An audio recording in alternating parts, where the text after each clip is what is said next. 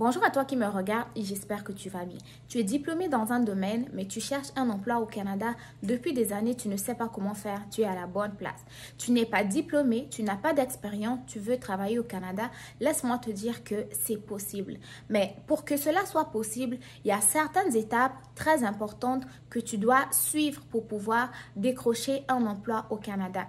Et c'est le but de la vidéo d'aujourd'hui et le but des différentes vidéos qui vont suivre par la suite sur cette chaîne.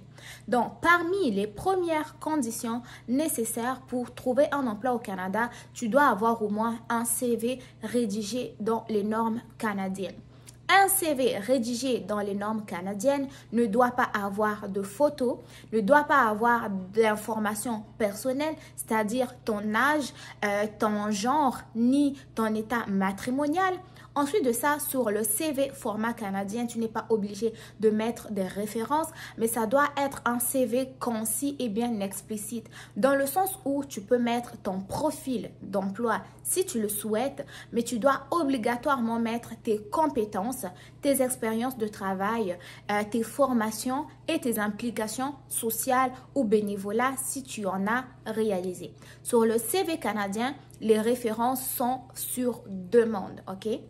Donc, tu le mets uniquement tes compétences, tes expériences de travail, tes formations, tes implications sociales si tu en as et tu mets référence sur demande. Ne t'inquiète pas, dans la vidéo qui va suivre, je vais te montrer la configuration d'un CV canadien. Donc, une fois que tu as ton CV canadien, il y a une autre étape importante que je juge vraiment important, ça va être avoir au moins une lettre de motivation. Pourquoi une lettre de motivation? Parce que la lettre de motivation va te distinguer des autres candidats. Sur la lettre de motivation, tu vas pouvoir mettre les informations sur ton désir de décrocher un emploi au Canada que tu n'aurais pas pu plutôt mettre sur le CV. Parce que le CV, on veut vraiment des informations claires, courtes, concis, ok? Donc, si tu veux élaborer, montrer ton désir, montrer ta volonté de pouvoir décrocher l'emploi que tu souhaites, moi, je te recommande de faire une lettre de motivation. Cependant, la lettre de motivation n'est pas obligatoire, mais moi, je la juge nécessaire. Donc, si tu as deux domaines de formation, par exemple, tu es maçon et tu es enseignant, oui, c'est possible d'être les deux en même temps. Je te recommanderais de faire deux lettres de motivation distinctes, donc pour l'emploi de maçon et pour l'emploi d'enseignant. Mais ces deux implications peuvent se retrouver au niveau de tes expériences professionnelles sans problème, ok? Donc, le CV est fait, la lettre de motivation est faite. Et ensuite, il faut que tu saches maintenant sur quel site exactement que tu vas trouver l'offre d'emploi qui te correspond. Il y a plusieurs sites de recherche d'emploi au Canada, mais moi, celui que je trouve concret, dans le sens où il te donne toutes les informations nécessaires concernant l'emploi, c'est Guichet Emploi. Pourquoi? Parce que c'est un site gouvernemental où les emplois sont généralement vérifiés. Donc, sur le site, tu as des informations sur le lieu de l'emploi, sur le salaire, sur le poste, c'est-à-dire si c'est un poste à temps plein ou à temps partiel. Ensuite, tu vas retrouver le numéro d'emploi, ok, le numéro de l'offre d'emploi que tu vas aller compléter sur ta lettre de motivation si jamais tu décides de postuler pour cette offre d'emploi-là. Et ensuite, tu vas avoir des informations à savoir si l'offre d'emploi demande de l'expérience ou ne demande pas de l'expérience, s'il demande d'avoir un diplôme ou non. Et aussi, l'information très importante, tu vas retrouver une information qui va te dire que cette offre d'emploi est pour les étrangers ou pas pour les étrangers. Cette offre d'emploi est pour les gens qui ont un permis de travail ou non un permis de travail. Et en dessous de l'offre d'emploi, tu vas retrouver un lien où tu vas cliquer pour postuler et tu vas aussi avoir la date de l'affichage, c'est-à-dire jusqu'à quand est-ce que l'offre d'emploi va rester disponible en ligne. Donc ça va être sur Guichet Emploi. Et de sur quoi? Sur Guichet Emploi, il y a un moteur de recherche où tu vas simplement mettre ton type d'emploi et ensuite lancer la recherche. Tu vas voir tous les offres d'emploi qui correspondent à ta formation. Tu vas commencer à étudier une offre d'emploi une par une et ensuite de ça, trouver celle qui te correspond et postuler. Donc, c'est ça les différentes étapes. Une fois que tu as terminé de postuler, ta candidature va être étudiée par l'employeur. Si ta candidature intéresse l'employeur, il va te contacter pour te passer en entrevue. Méfiez-vous des employeurs ou des pseudo-agences qui vont aller s'infiltrer au niveau de guichet emploi. On va vous demander de l'argent pour postuler, de l'argent pour faire ceci, cela. Dès que quelqu'un vous demande de l'argent sur guichet emploi ou sur n'importe quel autre site, méfiez-vous. Normalement, aucune offre d'emploi ne demande à le futur employé de payer. Ok? Donc, dès qu'on vous demande de l'argent, vous sortez de là. Maintenant, vous réussissez votre entrevue, ok? Ça va être aussi une étape importante dans se préparer à l'entrevue. Vous réussissez l'entrevue, l'employeur va encore vous recontacter pour vous parler des modalités de voyage.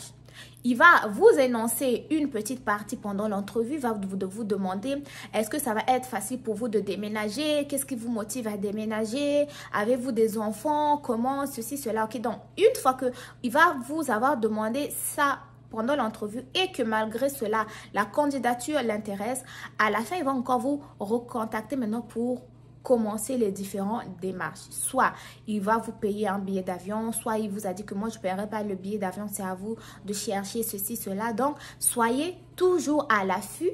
Une fois que vous avez passé l'entrevue ou après que vous ayez postulé à une offre d'emploi, d'avoir le réflexe d'aller vérifier souvent le plus possible vos courriels.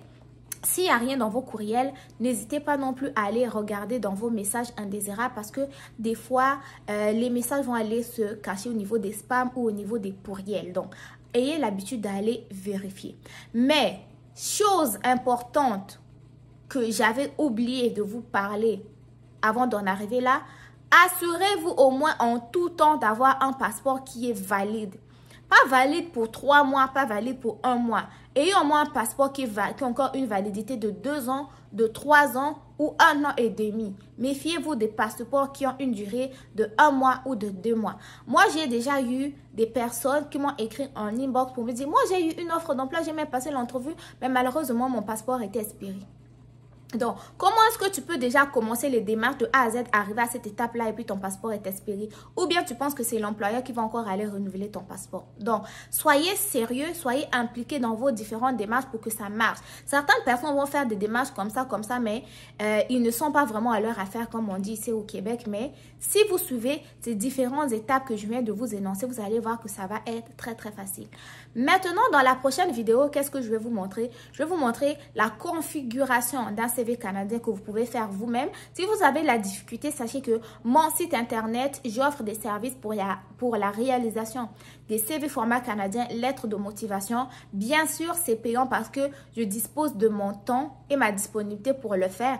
Mais si vous n'avez pas d'argent, vous avez internet, vous avez un ordinateur, vous savez utiliser Word, je vous invite à copier ce modèle-là et faire. Maintenant, si vous voulez un CV avec mes conseils, ma personnalisation, vraiment, ça va être sur mon site internet.